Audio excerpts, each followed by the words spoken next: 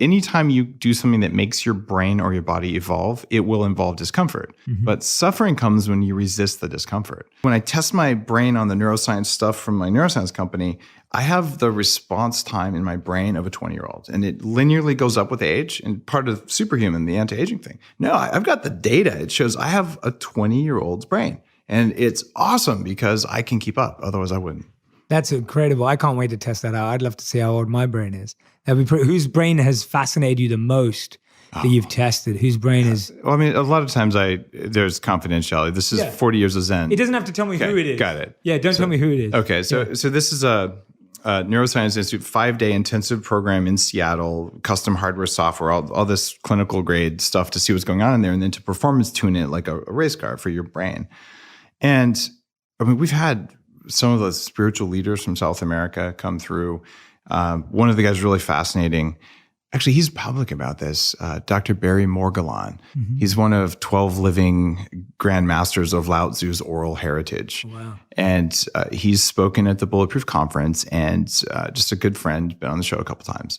So this guy is Dr. Strange. Literally, he went to the monastery. They interviewed him before they wrote Dr. Strange, and he just has these abilities. It works with Tony Robbins and works with me before I go on stage and things like that. And some presidents of countries kind of guy.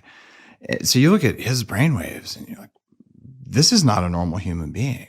And some guys like him, if he turns it up all the way, he'll fuzz out the gear. Literally, you're looking at brainwaves and all that stuff, and all of a sudden you can't get a clean signal. Yeah. And this is something intrinsic in our biology. Talk about real superhumans. You look at the people who are way outliers, those are where the most interesting thing happens, because how do we take you and me, and how do we turn up our abilities to do that? Because we all have that in us. And that was one of the reasons I wanted to write this book. It might take a few decades, so you're going to need more decades, or you might cheat. That's what I'm doing on the neuroscience front.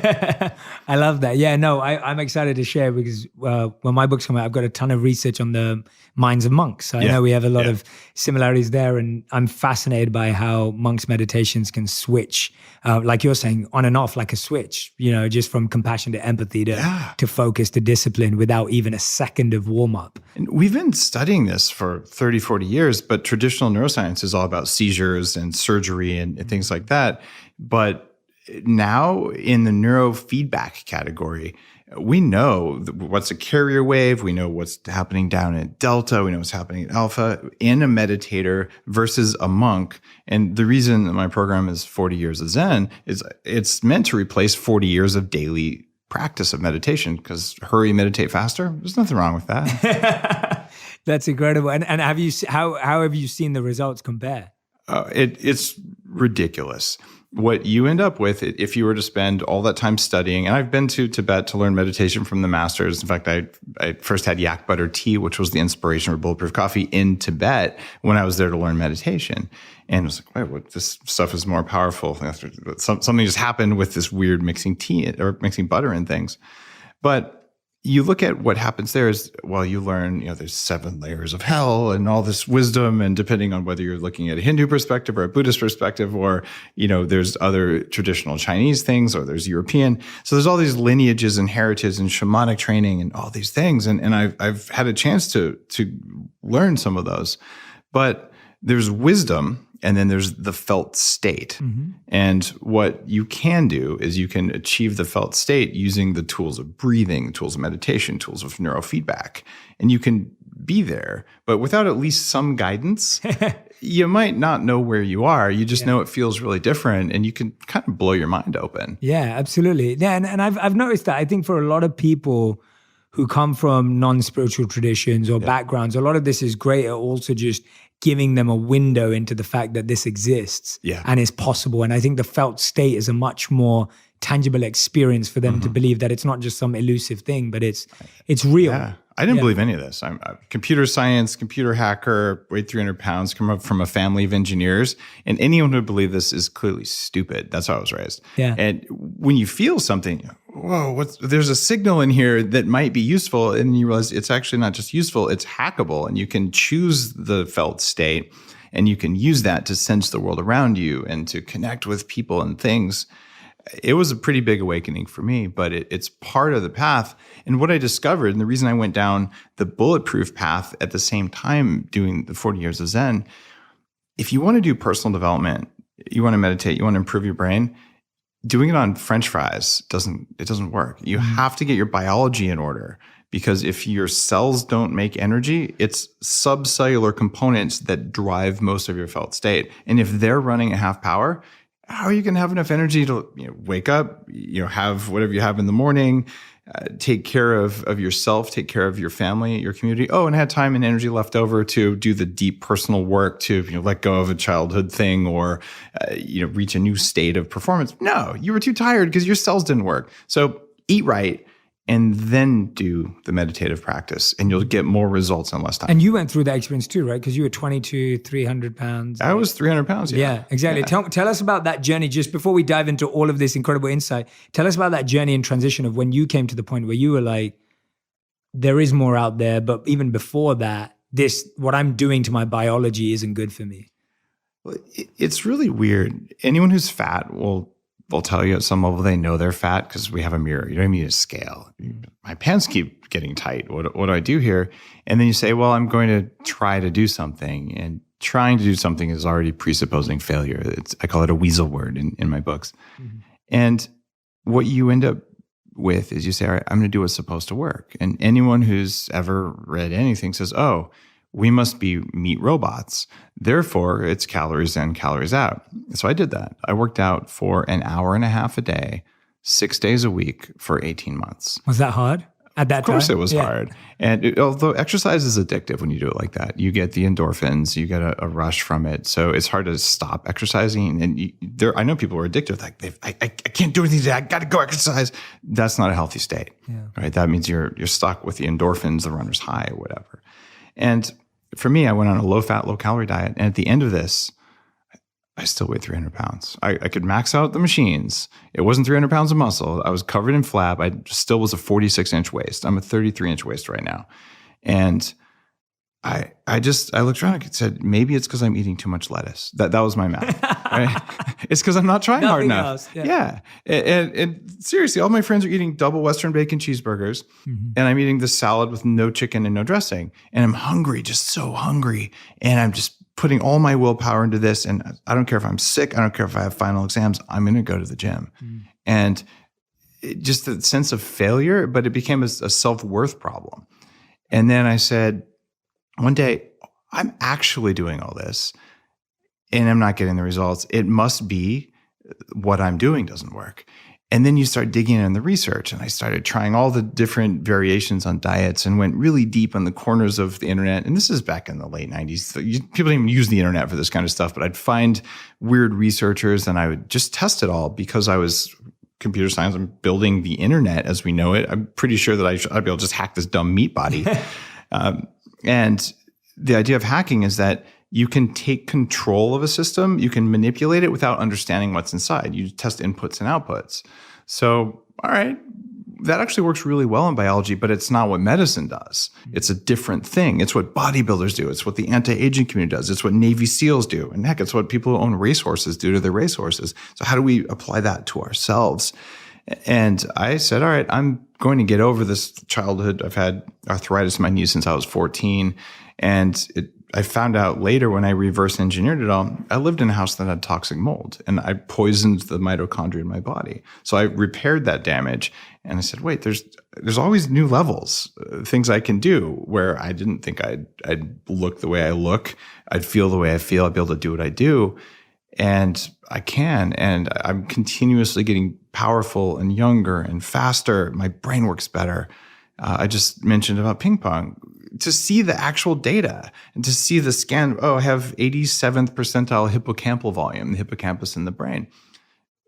Look, I started out fat and sick. If I can do this, I'm pretty sure that someone who started out reasonably healthy with a normal body weight and normal biology has huge advantages.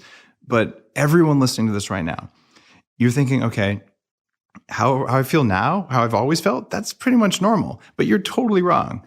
That's just what you've experienced. But if you could feel 5 times better and 10 times more energy, you would never know because you never felt it. 100%. So our job is to just teach people, here's the tools to tap into it in the least possible amount of time and money because it's there. And it feels like that's the energy, that experimentation at that stage has led to now this decision or aspiration to live to 180 years old. Like why 180 specifically? Because I'm sure there's some math behind that. I'm Sure. assuming, and why want to live longer anyway for you? No, it's at least 180. I don't want to put a cap on it. Okay, So, important difference there. Great. Okay. Now, the math is really straightforward. We know we can do 120 because we've seen it. And those people, they drank, they smoked, they went through, let's see, what was happening 120 years ago? It was 1900. There's no cars. They haven't been invented yet. There's no microwaves. World War I, World War II haven't happened. Antibiotics haven't been discovered. DNA, they couldn't even spell it back then. Yeah. True. The Krebs cycle for mitochondria. We didn't know much at all about how our bodies work. And they still lived 120. Yeah. Okay. But they weren't exposed to as much trauma as we are. Oh, no, they had more exposed to trauma than we did. exposure. They had more trauma literally in the world, Yeah. but not necessarily exposure on a daily basis. Do you know the odds of having one of your siblings die 120 years ago? The reason you had 5 or 6 kids is because a couple of them weren't going to make it. Okay? Like a redundant array of inexpensive kids, they invented it back then. In fact, we invented that in society back then. So people grew up with their family members dying. You didn't know if anyone would come home. You couldn't call them on their cell phone. Someone gets on a boat, they don't come back. Maybe you'll get a letter 3 months later. People disappeared all the time. It was a pretty shitty time. Oh, we didn't even talk about polio. We didn't talk about all the diseases that just wipe people out that generally don't get us anymore. You go to the doctor, they're going to cut your arm off with a rusty saw. Like, this is the state of people who live to 120 now. Now, I'm just going to have to say it. How old are you? I'm 32. 32. All right. So let's think what it's going to be like 120 years from now, given that we can rely on the internet, we can look at PubMed. I couldn't write these books. Each of the books, the Superhuman book, would have been a lifetime of research in a library using microfiche and card catalogs and all this crap. But the fact that I can pull together this information and I have the weird brain that synthesizes it and I can talk to these experts, all of this is enabled by technology in the last 20 years. Do you think that we can't add 50% to the maximum human lifespan over the next 150 for you 148 years? Like, put on your future hat and realize exponential rates of growth. You have a very good chance of living way, way, way beyond 180 if there's still soil on the planet, if a comet doesn't hit us, right? And if essentially we take care of the world enough. So that's the big one. That's the big one. Taking care of the world enough. But here's the other reason that we need more highly energetic old people. In all societies that I studied, and it's in like the first chapter of Superhuman, I talk about the quest for immortality is something that's happened as long as we've had recorded history, going back to the Egyptians, going back to the alchemists, going back to the Hindu traditions, the Chinese traditions, the South American traditions. They've all been searching for this. And things like Taoism are tied directly towards that quest for how do I live forever as a highly functioning, highly energetic, evolved person. Well, we've always had village elders. So what would happen is the young monks would go into the monastery and the 80-year-old lama would look at them and say, all right, here's what we've learned. And I learned this from my elders and I learned it from my elders. In fact, Lao Tzu's tradition, 5,000 years of unbroken oral history passed down from the elders. Well, elders today, unfortunately, a lot of them, Alzheimer's disease, heart attacks, retirement homes. And we started seeing our elders rather than as sources of knowledge and wisdom, the people who can guide us the best. We started seeing them as tubes, monitors, diapers, wheelchairs, and expenses. And that's actually never happened. Great observation, yeah. All of history, it hasn't happened. Great observation. So I go out of my way to interview people who are over 90 because, man, they've got 50 years on me. And what did they learn that I'm probably going to learn? And what pain can I avoid from listening to them? Yeah. Would I like them to be 120 and still have fully functioning, vibrant lives so I could learn even more and they could share it? Heck yeah. Well, the world needs that. Plus, Jay, if you're going to live for hundreds of years more, you aren't going to throw the plastic bottle in the ocean. you realize, oh my God, I better not shit in my own sandbox because I'm going to be in the sandbox for a very long time. I'm not going to hand it off to the next generation the way currently the boomers are getting blamed. And it's funny because the boomers are saying, well, wait, we inherited World War I and World War II from you old people, but they're all dead, so we can't blame you anymore. We just keep going back and back and back. Yeah, and they're saying we inherited this from, the Civil War. It goes back forever. We always inherit this, but the scope of inheritance is going to change. And anyone who has kids is unlikely to say, I'd like to have kids 3 times throughout my 200 years. You're going to have kids. You're going to put so much energy and life into them the way all parents do, right? You're going to enjoy seeing them flourish, but we're not going to worry about an overpopulation problem. And the data supports what I'm saying very, very clearly. Japan, US, most Western countries, the birth rate's gone down. Populations are declining. And so is the fertility rate. So we don't have to worry about global population. Just wait 50 years. It won't be a problem. I'm intrigued. I'm fascinated. The reason is because we're talking about also, and I want to get your thoughts on this because I think we were talking about different things there. You were talking about obviously the physical abilities have increased, but with the rise of mental health, even if it is with less trauma, the way we're able to process traumatic events or tragedies or challenges seems to be struggling. It's funny. I'm just intrigued. I'm just throwing it out there. I want to get your perspective. Trauma. I'm not negative at all. I'm just trying to. It doesn't sound negative. There's a documentary that came out recently. It's called "They Shall Not Grow Old." Oh, I've not seen it. No. It's about World War I. Oh my God, the toughness, the resilience of these guys. It's unimaginable. And they interview people who are still alive from World War I, but they show footage and they tell these stories. And you're saying no human walking the face of the earth today could do what these guys did. Exactly. So isn't that a challenge in lasting longer? Because if the resilience and grit was so much more higher then that people could lose their family member never came back from the boat, but they have the mental health challenge? They never talked about it? They couldn't share it on social media? Or did they just not feel it? Whereas today we're overly sensitive and everything. They felt it, but how you felt just didn't matter as much. It was how you showed up in the world. Right. So they would cram it down. I don't know how happy they were. There's war veterans. People knew that people came back from war changed. But there was a community, and there's something else that happens. Most of the time, if you took a big hit to the head, you just died. So now we have a lot more traumatic brain injury and people who survive horrific injuries who come back with more trauma. But our technologies for dealing with trauma, even some of the neuroscience stuff, the things that are a big focus for me at 40 years of Zen, and you deal with them nutritionally, you put them in a hyperbaric chamber, you can heal almost any emotional trauma and so many physical traumas. The problem is when a physical trauma ties to an emotional trauma, it doesn't work. You can also precondition people. A lot of times people just don't know about the research. Something called heart rate variability. It's a core part of what I teach people. This is how to change the spacing between your heartbeats. When you're relaxed in a meditative state, you have a higher change in the spacing between your heartbeats. Same number of beats per minute, but the pattern of the beats changes. Well, if you teach soldiers to do this before they go into combat, or kids before they get bullied, it doesn't really matter. Your body thinks it's the same thing.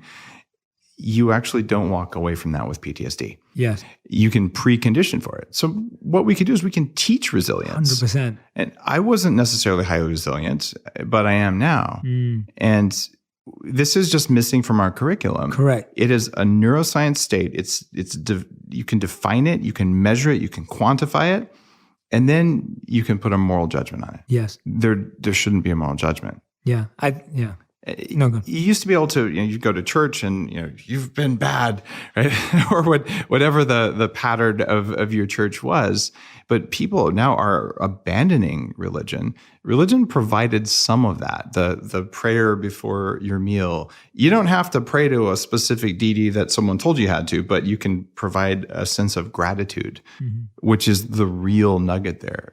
Without gratitude, you can't do forgiveness.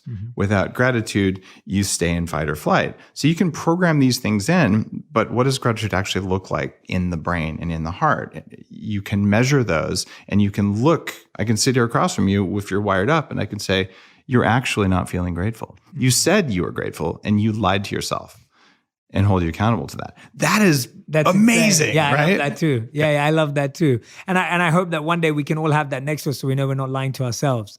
Because it's fun being a lie detector for other people, but Yeah. it's better being a lie detector for ourselves. And That's why we have coaches. That's why we have gurus. Yeah. That's why we have friends. yes, The problem is that you're very likely to get angry at a friend or a coach when they really call you out on your BS. can't get angry at your phone. Yeah. how Right. angry are you going to get at your Look, the phone? data is the data. Yeah. And that's what I do. It's one of the most important, impactful things in my life has been the 40 years of Zen training, Yes. where when I do that, if there's something that I'm hiding from myself, I'm not going to know it. I'm going to look you in the eye. I'm going to deny it. And you're going to do the same thing to me because our ability to look inside ourselves is very low. But when you have a mirror right here, I have spinach in my teeth. Yeah. But you're not going to know you have spinach in your teeth And your until friend's scared to something tell you unless they're really close to you. Yeah, exactly. What I love about you though, when I'm hearing you speak, and I've never, I guess you don't. When you meet someone, you unearth things differently, and it's like you really have this great juxtaposition between wisdom and science, which I think is so powerful and beautiful. And you started off there, and I think when it's either or, it can get slightly lost sometimes. They have to align. Yeah. And one of the reasons I created this field of biohacking, and it's now a word in the dictionary. In I think 2018, they added it to Merriam-Webster's, and my name's in there. And I created this big conference around it, as I wanted to take the data that we can now get for the first time ever, things about that heart rate variability, neuroscience, and something called the exposome, which is the measure of all the things you're exposed to in your environment over the course of your life that changes your genetics. This is a data set we'll never actually collect all of it. It's like a full-size map of California isn't very useful because it's as big as the state, right? Yeah, absolutely. But we're able to gather so much data that we can now validate things. Like in the book Before Superhuman, I wanted to test a Taoist equation. These guys are looking to live forever, and they say flat out, if you're a guy and you want to live forever, you should use this equation to control how frequently you ejaculate, because it'll make you old if you ejaculate too much. And I looked at that and I said, that's complete BS. I have to test it and disprove this BS. And I ended up publishing a year's worth of data, and I interviewed other experts in the field. And it turns out, for guys, there really is an orgasm hangover, right? And you say, what? I'm not saying have less sex. I'm just saying decide how often you're going to ejaculate. I would have said the data would not support that. And what I'm finding is the more I dig deep in shamanic knowledge, and you say, how could that possibly work? And then I go and I look at the neuroscience of it, like, oh my God, these people couldn't, using our language and our tech, they couldn't explain it. Correct, 4 hour time. But they learned by watching for generations, and their elders handed it off and handed it off. And one of the coolest things I can think of in this space, the lady who discovered the opiate receptor in the brain, massive transformative thing. Her name was Candace Pert. And I'm sad she passed away right before I could interview her. And in her book, she writes about how after maybe 20 years of her career of just being hardcore Western scientist, atheist, just rejecting anything that might be energetic, she started realizing maybe I have to pay attention to this because there's something else going on. And she met this group of shamans. And she tried to explain to them what the opiate receptors were. And then the guy says something and they all laugh. And then she asked the translator. And the translator said, oh, they're laughing because they said, haha, she thinks these molecules actually exist. Like they're both That's right. hilarious. Yeah. Oh, wow. It's crazy. Talking about that, tell me about so you did $120,000 stem cell makeover. Oh, the stem cell makeover. Yeah. That was with Dr. Harry Adelson in Park City. Break down what that is and why you did Okay. it so that people understand a bit more about it. And I write about the details of stem cells and what's happening now and what you can get for $5,000 versus, in this case, $120,000 is at the very high end of what's possible. It's the most intensive stem cell procedure that you can do right now. What I did is I laid down, they put you under a sedation, but not full anesthesia. And they pull bone marrow, and people go, oh, it's so painful. I had it done when I was unsedated. It's not that big of a deal. It just feels really odd. I even Facebooked it, of a Facebook Live video. Did you Facebook Live this? Oh, Yeah. I couldn't do this procedure because I was unconscious, but the one before that, that I did just to see what the components would be. And I've done stem cells, a variety of times, different technologies that are out here. And they pull the bone marrow, they pull your own fat. They can get the stem cells out of it. And then they go through, and depending on which part of the body, starting at the toes, every joint, they inject stem cells into the joints so the joints will stay young. I'm going to be around for hundreds of years. So I would like to be walking around under my own power. I've had 3 knee surgeries before I was 23. And so I want my knee to be highly functional forever. I don't want to be in a cane when I'm old.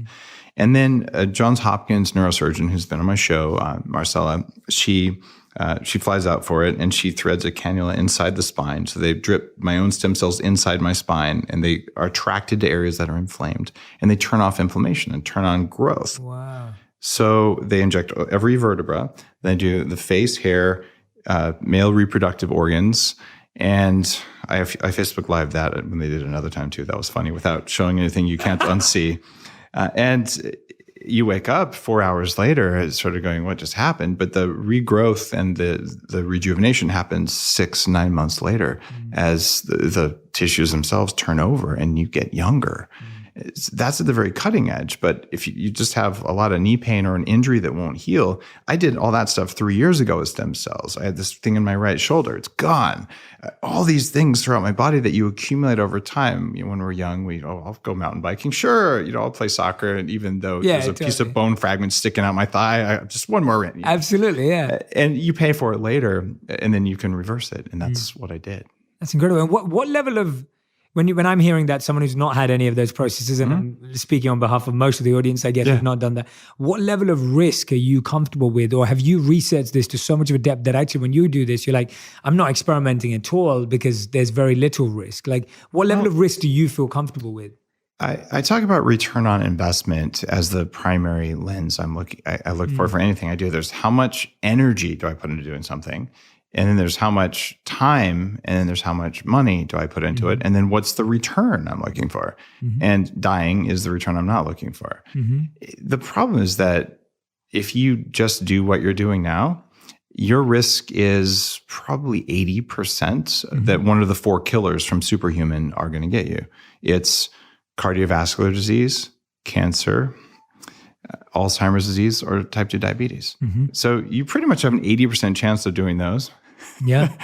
And those all come with 20 plus years of suffering before you die. And you're not in charge of yourself when you die.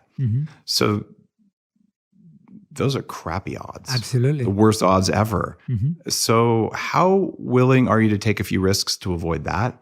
I'm willing to take a few risks, but they're not stupid risks. Okay, I'm in a room. I've got one of the top trained neurosurgeons out there doing a procedure. The risks are exceptionally low when you have that. I'm not doing anesthesia. I'm doing sedation, so the risks are low.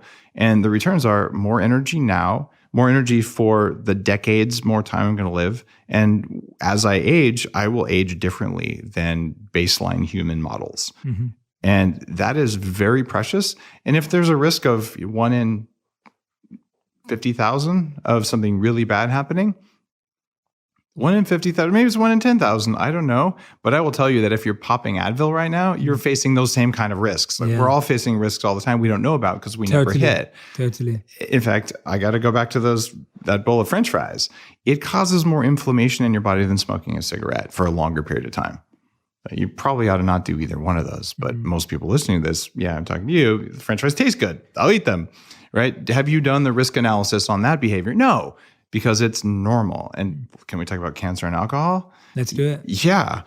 Just go to PubMed, which is the database of all these studies, and look at the relationship between drinking alcohol and cancer. It is not good for you. And you're saying, I'm so worried that I do the stem cell procedure that could make me feel really good and fix that joint or that hip or that back pain that they might want to fuse my spine for. I'm going to go spend $5,000 doing that. Oh, I could never do that. It's too risky. It's too expensive. You spent $5,000 on wine this year. Coffee. Yeah. Well, that's coffee's worth it. I mean, come on, man. I know. I said that as a joke. Totally. But that whole thing, okay, you spent that same amount of money on something that we know contributes to cancer, right? And I'm not picking on wine specifically, just alcohol as it metabolizes increases your risk. By the way, I actually had sake last night. It's not like I never drink. I can tell you I took supplements that turn off the negative effects of it when I did that. But you can still enjoy life. But people are not very good at doing risk math. Yeah. And when you look at those two things, you spent the same amount of money on things that are vaguely pleasurable and vaguely bad for you. Or you could have done something that was a step up in your performance. I know what I'm going to choose. I'm going to skip the French fries. I'm going to occasionally have really good wine that's expensive instead of a lot of cheap wine. And I'm going to do the stem cells. No, and it comes back down to what we both know Thich Nhat Hanh said about wanting familiar pain versus unfamiliar pain. Yeah. And we'd rather have familiar pain of everything that our ancestors have had or family members who have had. So we have some familiarity with it, whether that's cancer or Alzheimer's. So we feel, oh yeah, it's kind of something we've all had. We feel, whereas the unfamiliar pain of, I don't know what that looks like, is so much more scary. Even though, like you said very clearly and statistically, that actually our odds are not good anyway. And that's the argument that hits me the most, is that in so many areas of my life, I'm convinced that the way we've always done it is rarely the right way. One of the things you learn if you go to any ancient practice lineage, look, we're all going to die. And even when I talk to my immortalist friends, the super longevity, I'm going to upload myself to the internet. Newsflash: the universe will collapse in on itself sometime. We're all going to die. You just have to get used to that. Yeah. And a lot of people, I don't want to. Sorry, that's just a fact of life. 100%. The question is, how much suffering do you want to do before you die? That's really what we're doing. And for me, I actually don't like suffering. It's amazing. But discomfort is different than suffering. So anytime you do something that makes your brain or your body evolve, it will involve discomfort. But suffering comes when you resist the discomfort. And understanding, all right, I'm feeling a lot of emotional discomfort right now, but it doesn't mean I'm suffering. It doesn't mean I'm struggling. It means I'm accepting, and all right, it's a signal. So I'm lifting this heavy thing. I'm really sore the next day. That was the cost of growth. Or I'm facing my fears and I'm doing it anyway. And I feel like I'm going to shit my pants and I'm going to do it anyway. And I'm going to see what happens. That's how our brain evolves. We're wired to do to focus on things that don't push us. Yes. Because that's biology. Yes. Well, once you decide you're going to take charge and you're going to push yourself, you say, all right, maybe I will live to 180. Maybe I'll live beyond 180. Or maybe I'll just, ask someone out who I'm really afraid to ask out. Why the hell are you afraid to ask someone out? The worst they'll do is say no. It's the same as saying, look, do you like pizza or Chinese? Okay. If they say, I like pizza, you're like, darn, I like Chinese. We're not compatible. It's not a judgment on you. But if you don't ask, you don't know. Yeah. But people, they have all this crazy programming in their heads. I got rid of most of my crazy programming just through these processes. And I don't think I could have had the power to do that if I hadn't have just gotten my base biology working with food. And so we get wrapped up in all these fears and resistance things. But really, the simplest, lowest hanging fruit here is just eat the stuff that makes your brain work. And then you'll start being comfortable pushing yourself. Otherwise, you're just too tired to push yourself. Absolutely. Let's talk about, I want to talk about the 7 pillars that make us whole. Okay. But before we do that, let's talk about, because you mentioned it now, some of the foods that are good for our brain that are basic that anyone can start doing today. And which ones to remove too, because we've already got the fries out. Okay. Fries and alcohol. Anything deep fried. And it doesn't matter if it's Brussels sprouts. Especially at a restaurant. And I've got the Bulletproof Coffee Shop in LA. It's a restaurant. I know what happens back of the house. And we don't have bad oils there, but the typical restaurant uses the same oil for a long period of time. Oxidized just plant oils are not good for us. Our cell membranes, and I go through really cool new science in Superhuman. 45% of the cell membranes in your body are saturated fats, and the brain militantly holds that constant. But the amount of unsaturated fat can change dramatically between omega-3, which is more of a fish oil, and omega-6, which is the plant-based ones. So if you only eat plants, you don't get omega-3s, the kind that come from not plant-based omega-3s, those don't work, unfortunately. You end up changing about 15% of your brain cells into these highly inflammatory things. So you tune the very composition of your being by choosing the kind of fat you eat. You eat French fries, your body will take damaged, unnatural fats that have never been a part of your system, and it'll try to build batteries out of those. And you'll get batteries that make half charge. And then you walk around going, I wonder what's going on. This is just kind of how I feel. Yeah, I got a little bit of a muffin top here. But what you really have is you have a muffin top in your brain. So the inflammation happens there. So a big part of what I do is I'm eating at least half my calories from fat, and usually 70%. But I'm very careful. The fats I eat are undamaged. I eat a moderate amount of plant-based fats. I don't eat omega-6 fats much at all. You're still going to get a lot of them because they're out there. But I'm careful to get fish oil, which is really, really good for you. You can do it by eating fish. If you're going to eat fish, you want to take something that binds mercury in the fish. And I make supplements that have specific kinds of oils that go into the brain. But the really good fats that come from plants, macadamia nuts, avocados, and coconut oil is one of those things where you say, all right, it's good for you. It is to a certain extent. Every kind of fat, including coconut oil, it's a whole bunch of different types of fats mixed together, different lengths of chains of fats. And people have heard MCT oils, because I'm the guy who put MCT oils on the map, right? It turns out that 52% of coconut oil is MCT oils. So then an unscrupulous marketer will say, yeah, I'm selling MCT oils. Bad news. About 40% of the fat, and that's 90% of the MCT oil and coconut oil, it's legal to call it an MCT oil, but it doesn't have the special powers for turning on your brain and mitochondria. So now you say, wait, this is labeled MCT oil and this is labeled MCT oil, but they do very different things. So yeah, you can use some coconut oil as a fat source, as a fuel source, but you can't eat enough of it. In fact, it would take 20 pounds of coconut oil to equal 1 pound of the stuff that I make. Wow.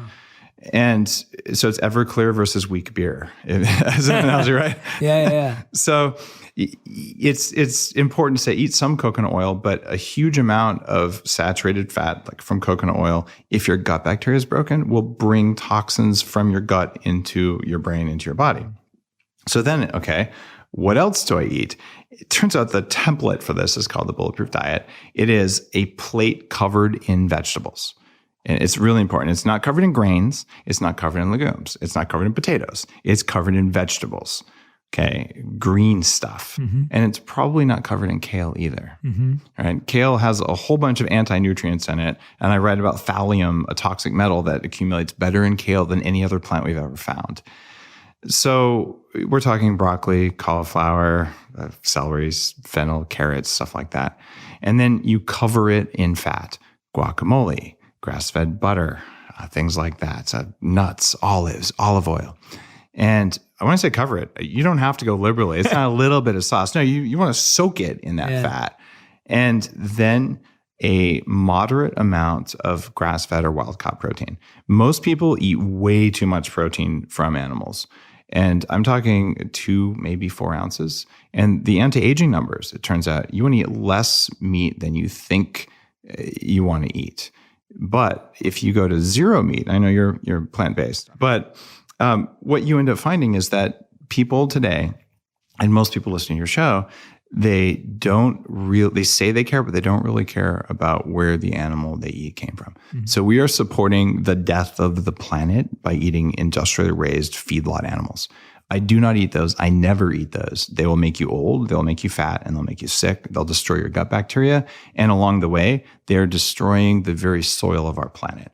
So feedlot meat is off the map. And then people say, but I can't afford it. Like, that's BS. If grass-fed meat is twice as expensive, eat half as much, which is going to make you live longer anyway. So your budget will not change if you do this. But what will happen is you go to a restaurant and you say, is it grass-fed? And they say, no. And you say, I'll order the vegetarian. Right? And then you can say, is it grass-finished? And if it's grass-fed and grass-finished, you've done the planet a favor. The animal actually led a life that it was supposed to live, right? And you've contributed to soil, and you eat a moderate amount of that, and you feel really good. And one of the nutrients that's been missing that was a huge game changer for me was collagen. And the reason collagen is cool right now, Bulletproof put that on the map. And we're now the second largest collagen brand out there. The reason collagen is so important is that for me, I had this arthritis in my knees and I always had soreness. It went away when I started eating collagen. And on that same trip to Tibet where I discovered yak butter tea, I'd say I discovered it. The Tibetans knew about it for thousands of years, but I tried it and discovered how I felt on it. I had wrecked my knees. I had descended 7,500 feet from the Annapurna base camp area in one day. And my knees were bruised. The cartilage was bruised. I already had pre-existing injuries and screws in my knees and stuff. I couldn't walk. Like to go across the street to get a cup of coffee, it was like, two canes, and I felt like I was 100 years old. I had 7 days until I was going to be able to recover enough to walk 26 miles around Mount Kailash. And I just asked the guy on the bus with me, I said, all right, can you read this Chinese menu to me at this little Tibetan roadhouse, the only restaurant in town? And I'm looking for collagen because I knew from the anti-aging work I'd been doing, I needed some building blocks just to fix my knees. And you couldn't buy collagen powder back then. Plus in Tibet, they wouldn't have it. So I ordered the only thing on the menu that's going to work. It's a bowl of pig's ears. Now, I've never eaten that before, and I know what it looks like. And it arrives, and it's chilled, and it's literally a big bowl of maybe 15 cold pig's ears. And I'm just going, this is really unpleasant, but I'm in pain. So I what can I do here? As I got the soup, and I dip them in the soup to heat them up, and it was like, arr, arr, arr. Man, crunchy? Or? No, they were soft. They were like steamed and just sitting there. Oh. But you know what? The next day I could walk. It was that big of a deal. My body was trying to heal, and I did not have the nutrients I needed to heal. And now when I hear people who add collagen to their diet, whether it's in their coffee, whether it's on their things, on their food, it's a kind of a flavorless powder when it's done right, or it tastes like socks if it's done wrong. What ends up happening is the pain I've had for 10 years in my ankle, my knee, my back, it just went away. And my hair is growing stupidly fast. I have to diet more often and things like that. I hear that from women all the time. They like it though, because they want thicker hair. They got it. But now that they're going to the salon more than they did. So those are important nutrients. And then you say, all right, there are people who are saying, I want to be plant-based. And you're one of those. Now, why are you plant-based? Is this an ethics thing or a health thing? Both. All right, got it. So ethically, as a guy who runs a 32-acre organic farm with turkeys and pigs and sheep, where's the fertility in the soil that makes your vegetables supposed to come from if we don't have animals? I mean, factory farms for grains and corn and things like that, what they're doing is they're taking these minerals from a mine. This actually isn't really even a mineral, nitrogen. It's just a nutrient. They're putting in the soil. Well, if they had animals that would come in during winter and just crap on the soil the way they do on my farm, the soil would replenish itself and it would actually get thicker. Soil's the biggest carbon sink we have right now. It's getting thinner and thinner and thinner because we're basically overdriving the soil, but we're running out of the things we use to overdrive it. So when you go to a permaculture model, you don't eat very much meat, but you might say take advantage of ghee or butter. But we're talking about 1 or 2 cows on many acres that walk around and do their job. Mother Nature designed sheep and cows and ruminants to just walk around, munch on stuff, and then poop. And they poop everywhere. It's kind of horrifying as a farmer. But I have pictures showing this part of the I'll call it a lawn, but the pasture where they live, it's vibrant and green without any water being added. And right next to it, the part where it was fenced off, it's gray. It's light brown. The only difference is the poop. Mm-hmm. Right? So you think about that, go, wow, what does this mean on a global scale? It means that if we go all plant-based, the very ecosystem that has supported farms forever has always been based on animals pooping on the farm. Mm-hmm. It ends. Mm-hmm. And then we won't have nutrient-based vegetables. And you can actually pull off a vegetarian diet and be pretty darn healthy. Yeah. But the people are saying, I'm never eating anything that came near an animal. They haven't thought through the system of it. Yeah. And having gotten actually quite sick on a raw vegan diet, even though I'm pretty well educated on how to do that, there are some vegetables that don't work for people, right? Some like vegetables kale. that don't work raw too. Oh yeah, exactly. Yeah. And cooking is an okay technology. The nightshade family, things like bell peppers, for some people, they work just fine. And for other people, they will wreck you. Absolutely. Right. And I'm one of those. I don't eat nightshades because I tested it. Too. I feel like crap. Yeah, feel like crap too. Yeah. And so I would say eat mostly like a vegan, and the fat you put on there doesn't have to be vegan fat. Yeah. But if it's industrially raised fat, shame on you. just put it out there. Yeah. No, that's great. Let's talk about, I think that's brilliant. It's what I love about that is that I think, and this is partly education too. It's the way we make decisions are often not stretched out enough. We're not looking at the societal, community, family. We look at things so small in one sense of just like how it affects us and the 4 people around us, as opposed to how things are affecting them. And I feel like you're stretching our mind, which is wonderful. The idea is we should eat to feel really good all the time, and we should eat to be here for hundreds of years. How do we do that? Yeah, absolutely. And the planet lasting, which was your point earlier of like everything else that we're doing with factory farms is killing the planet. So there won't be any soil to live. Hence, we won't last to 180. Yeah. Tell us about the 7 Pillars that make us old. Some of which you've kind of told us. This is interesting. You go back 20 years. I started running an anti-aging nonprofit group. We were doing research. We had people coming in, giving lectures in Palo Alto, but we didn't really know why we were aging. We had different ideas, and they've now been so baked in based on really good research using unimaginable DNA visualization techniques, the ability to do things that are out of Star Trek in terms of seeing inside our body. And we now know there's 7 things that are making us old. And this is really important because a lot of times say, what's the one thing I could do to live a long time? It's the same thing as what's the one thing I could do to make my car last a long time? Totally. Right? I'm pretty sure you got to rotate the tires and change the oil. Just saying. There might be a few other things, fuel filters and all that. So the 7 pillars of aging are the things that we now know are the causes of aging. Mm-hmm. And then the question is, okay, how do you avoid this? If aging is death by 1,000 cuts, how do I take less cuts? Mm-hmm. How do I make the cuts less deep? And then how do I heal them like Wolverine instead of just slapping a Band-Aid on? And if you do that, that's the roadmap to living to 180 and feeling good along the way. So let's look at what the 7 pillars of aging are. Okay. And one of the first ones is telomeres. And people have oftentimes heard about this. There's all kinds of tests you can order online that measure blood telomeres, which don't really reflect tissue levels that well.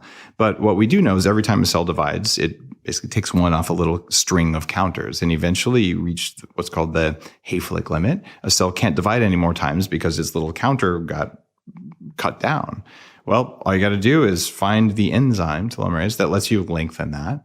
And there you go. One of the 7 pillars is handled. And in the book, I write about a couple things. There's a very expensive supplement. There's some lifestyle things. And there's a Russian peptide, a small string of amino acids you can just inject twice a year that probably has a bigger effect than anything else. I like that one.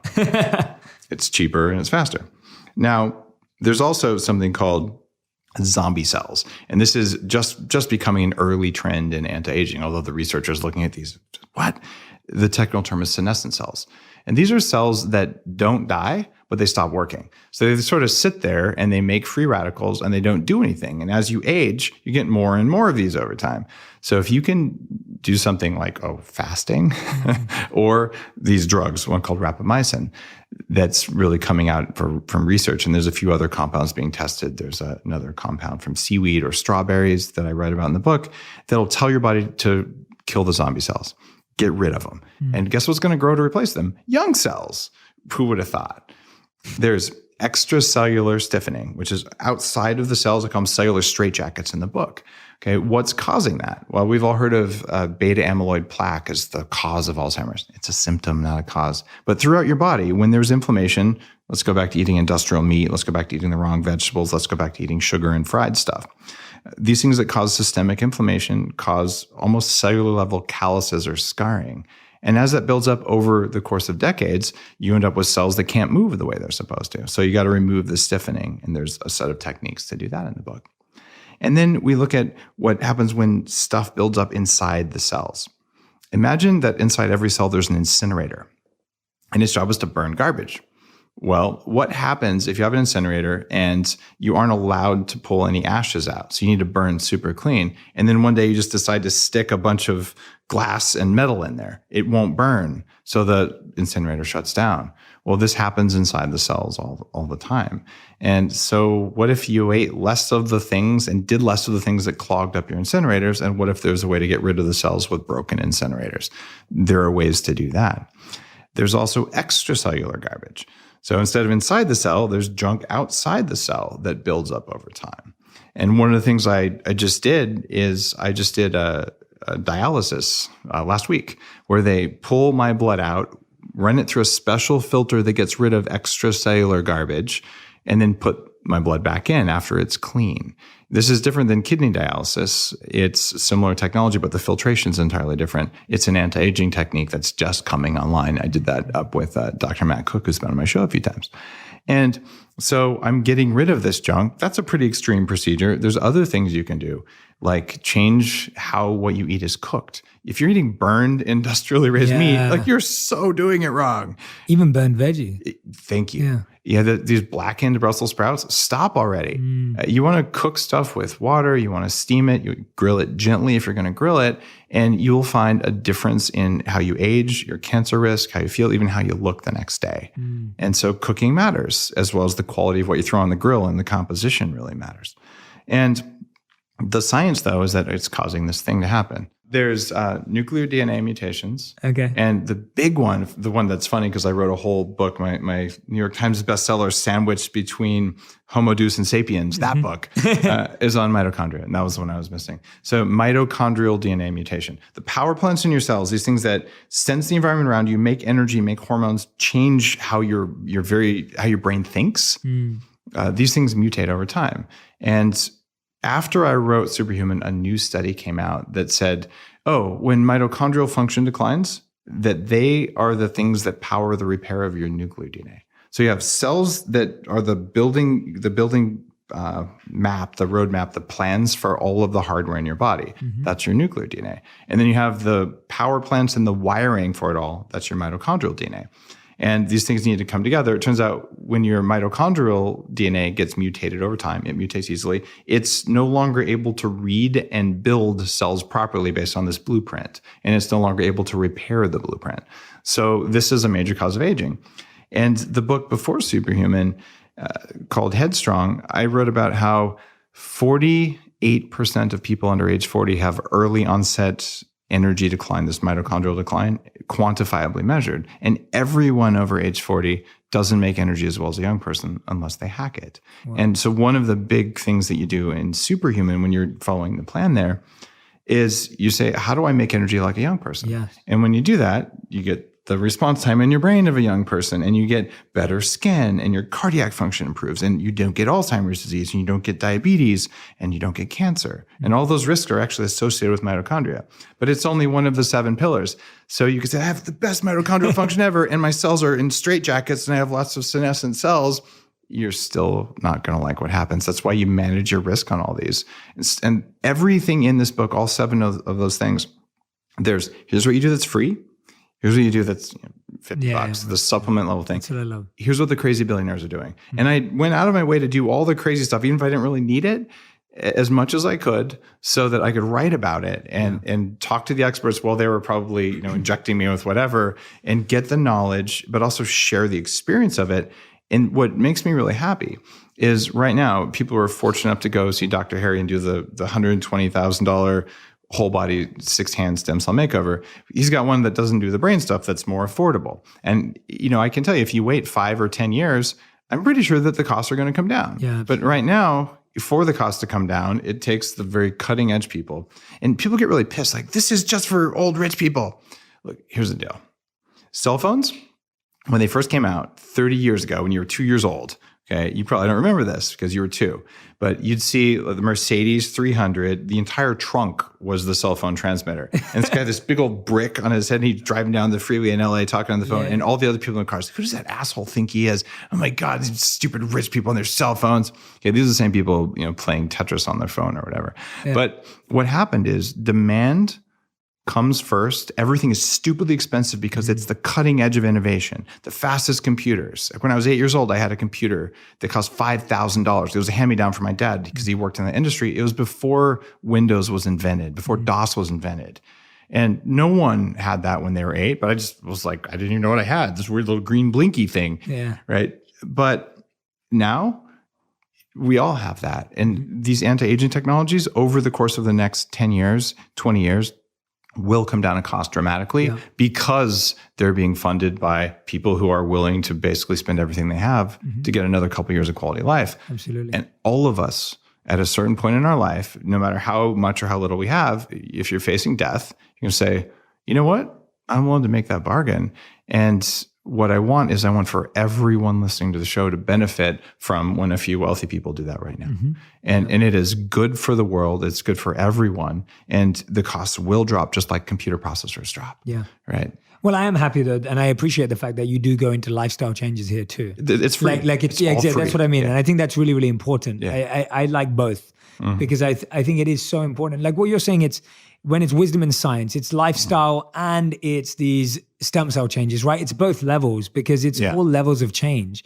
Because if we're not changing our mindset, we're not going to change our behavior. And if we're not changing our biological behavior, we can't change our psychological effects. So I like to hope that someday we're going to have such good and affordable technology that all of us can be, I went on the cheesecake diet for a year and, I went on a huge series of inappropriate dates and I picked up all these weird diseases and I've got this huge tumor. I'm just going to go into the doctor and for $5, I'm going to hit reset and I'm going to come out as a 17-year-old again. Okay, maybe this will happen. I kind of don't think so, but I would like to think that our technologies are good enough that you could be that stupid. Yeah. I also would Do you think it'll make us a bit too reckless?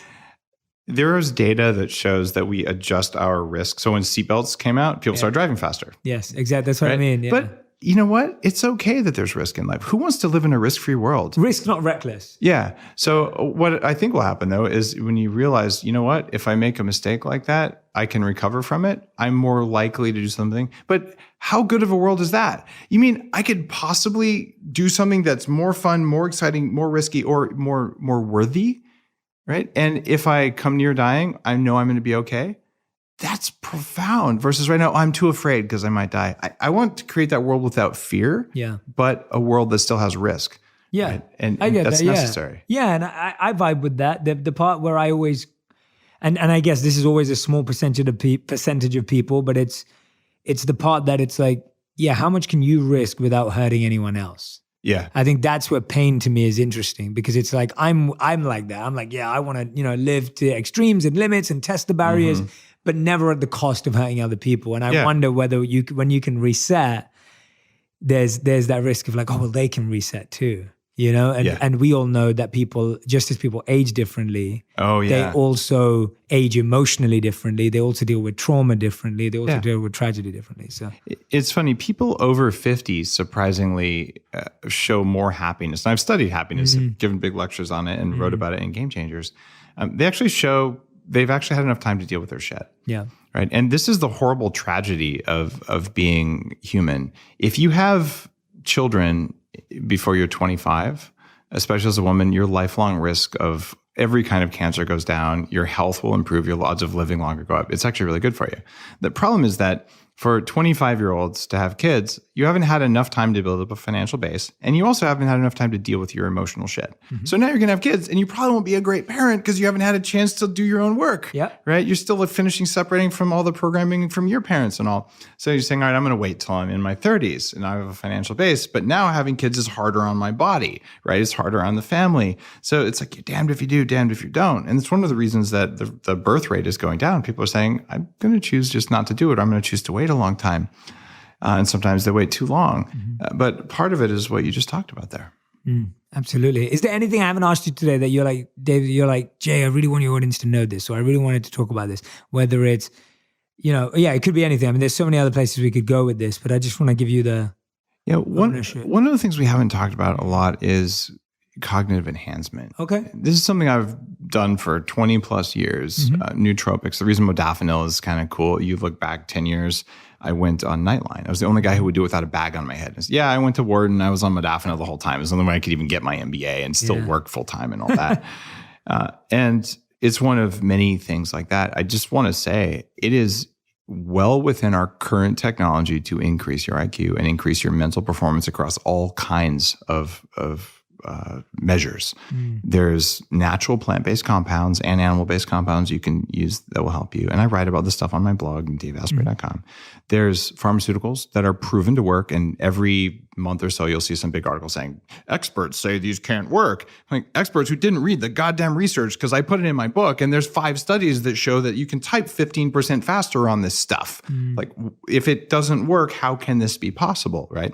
So we know that these things work. And I don't know what's motivating the people who will look you in the face and lie to you and say that they don't work, because they do in some circumstances, and they might work for you, but they might not. And you owe it to yourself to find out if you want to do that. And then there's technologies. breathing and meditation being the two cheapest and most accessible. And then there's the neurofeedback stuff that I'm doing at 40 Years of Zen. And we didn't talk about my funky glasses. Yeah. The company's called TrueDark. It's a company I founded. And I will tell you, I have doubled my deep sleep by using the glasses I made for sleep. I couldn't buy them anymore. Tell us about how that works. You have 5% of the cells in your eyes receive a light signal that you never see. It goes around your visual cortex into the timing system in your brain. And you can look at your body like a computer. There's quadrillion little tiny compute nodes. They're called mitochondria. And they need to work on the same clock. Because if the ones in your liver think it's daytime and the ones in your brain think it's nighttime, they don't match up. So this light comes in and it tells your brain what to do, and it spreads the signal throughout the body. Well, the glasses that I make for sleep with TrueDark, it's a patented set of frequencies. These are all of them. It's not just blue blocking. That's not enough. Blue blocking is too much during the day and not enough at night. These are the ones that keep you awake. So you wear these glasses. I can fly to New York. I got no jet lag at all. It eliminated jet lag from my life. And I get more sleep now in 6 hours, more quality sleep than the average 20-year-old gets in 8 hours of sleep. And I published the actual numbers in here in Superhuman and how to do it. So who would have thought the color of light is a variable that matters? Only by measuring, seeing what works, and understanding the fundamental wiring of our body can you create something like that. So for me, I'm wearing these glasses now. These are called the TrueDark Daywalkers. And what these are doing is they're blocking some blue light, which means my brain works better all day because a lot of the interior lighting we have today creates brain stress. So by the 5 o'clock, you want sugar and you're tired. Yeah. I don't like that. I don't do that anymore. So Absolutely. I'm willing to walk around looking like a rock star. And tell us, and tell us what sugar does, because oh man, I mean, you talked about fried food, Yeah. Sugar and Sugar is bad news. You eat it and it creates something called advanced glycation end products. Guess what clogs up those incinerators in the cells? It's advanced glycation end products. So you're basically browning the tissues in your body. You're increasing your risk of almost every disease, especially cancer and especially cardiovascular. And half of what's in sugar is fructose and half is another kind of sugar, sucrose. Actually glucose. Sucrose is glucose plus fructose. But anyway, fructose is what causes non-alcoholic fatty liver disease. So if we were to look at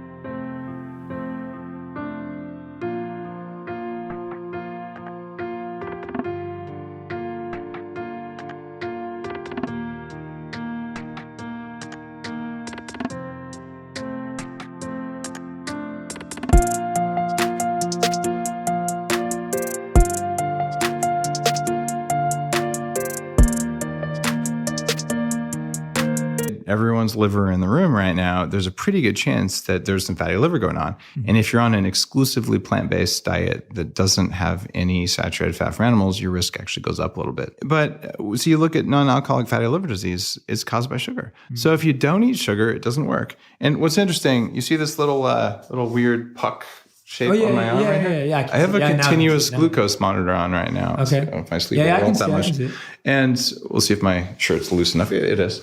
So now you're just showing off your muscle. Yeah, right. Yeah. So the thing, it's it's got your face on it. Yeah, I did that. It was a joke.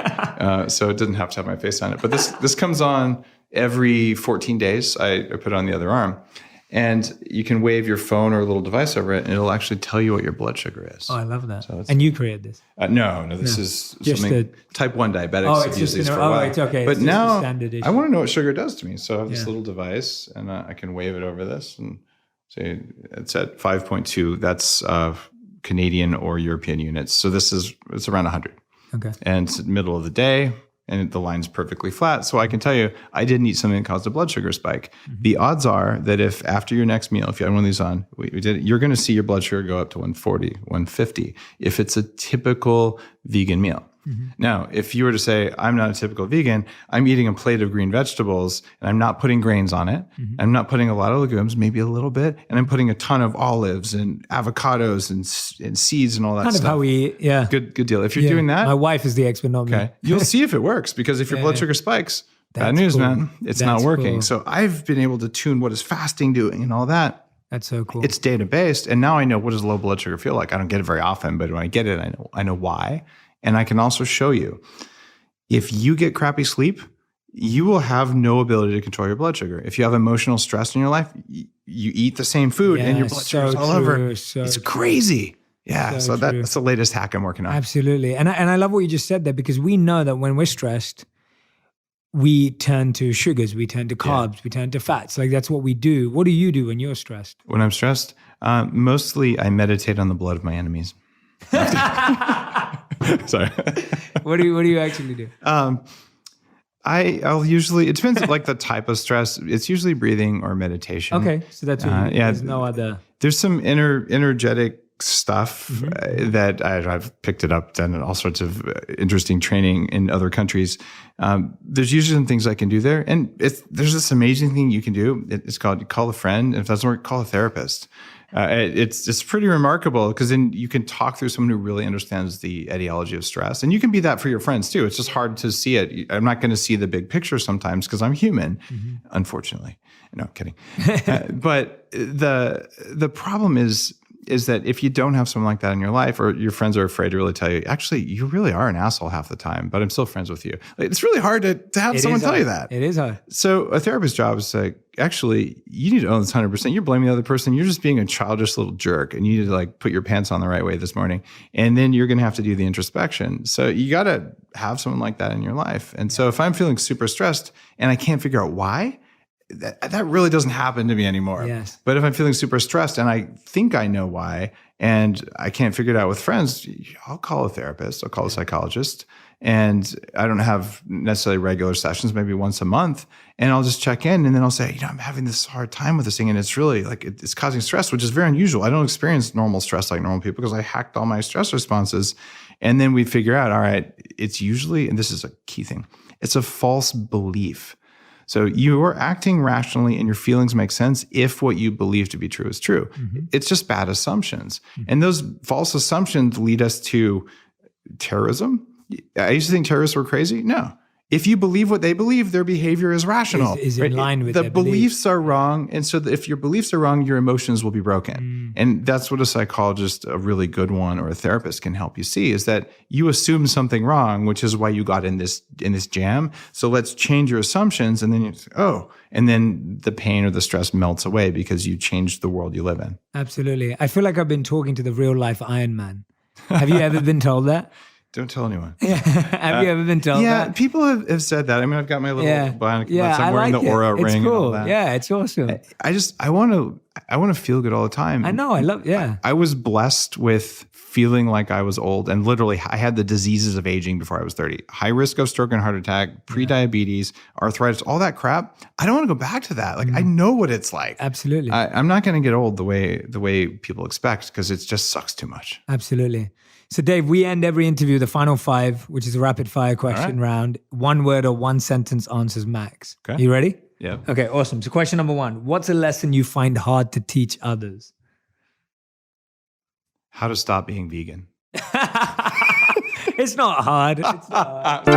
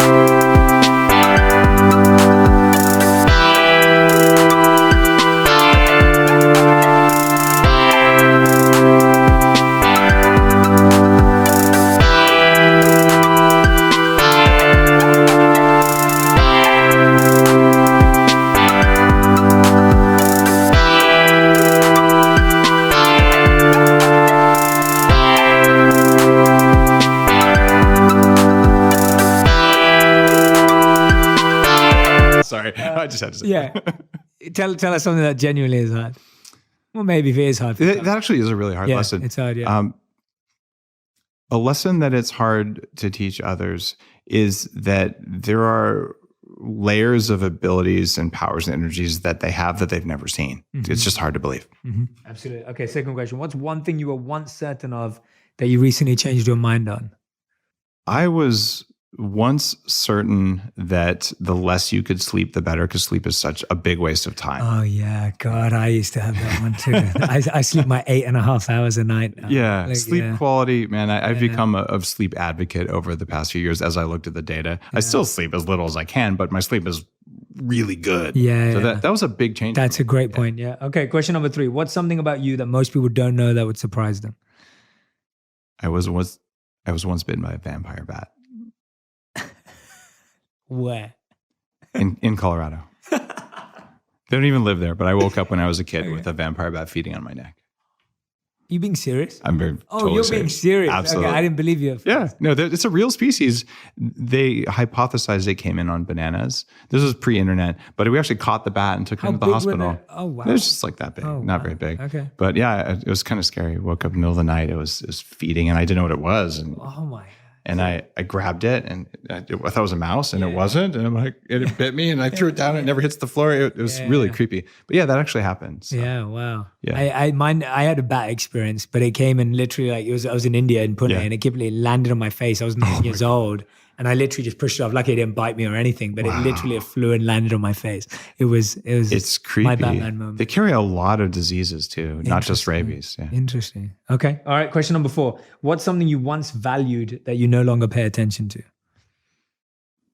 When I was young, I really valued actually 2 things. One was being rich. And I made $6 million when I was 26, and I lost it when I was 28. And I could tell when I was 26, I said, I'll be happy when I have $10 million instead of $6 million, which is a super dick thing to say. So that fascination with when I have more money, I'll be happy. I have lost that. And you can say it's because you have enough. That's true. You need about $74,000 a year. But I can say that obsession with it, no, above a certain level, it's just about what would you do with the money to make the world a better place? Because you can't spend it. It would be stupid. So that's one. The other one is it has to do with like wanting to be famous and recognized. When I was 23, I was in Entrepreneur magazine because I sold the first thing that was ever sold over the internet. And it was a caffeine t-shirt that said caffeine, my drug of choice. The first e-commerce before the word e-commerce was out there. No one knew what a big deal it was historically. For me, it was just being scrappy and trying to pay my college tuition. But I was like, look at me. I'm in a magazine. There's a big picture of me in my double XL t-shirt and, puffy red face. And I just realized after 15 minutes of that, it didn't do anything. Like all of the, I'm going to be recognized. There's no value in that. And that I'm going to be enormously wealthy. There's some value in that, but not very much. So for me, it's like the rich and famous thing. It's about your mission and those things, whatever. Well, thank you for thinking it through. I love that answer. Okay, question number 5. That wasn't one sentence. It was a great answer. I was happy you went off on it. This is the first time we're ever asking this question as a final 5, so you get to answer this. I'm excited to ask you this question. If you could create any law for the world to follow, what would it be? I like be kind would be a really good one, but the really amazing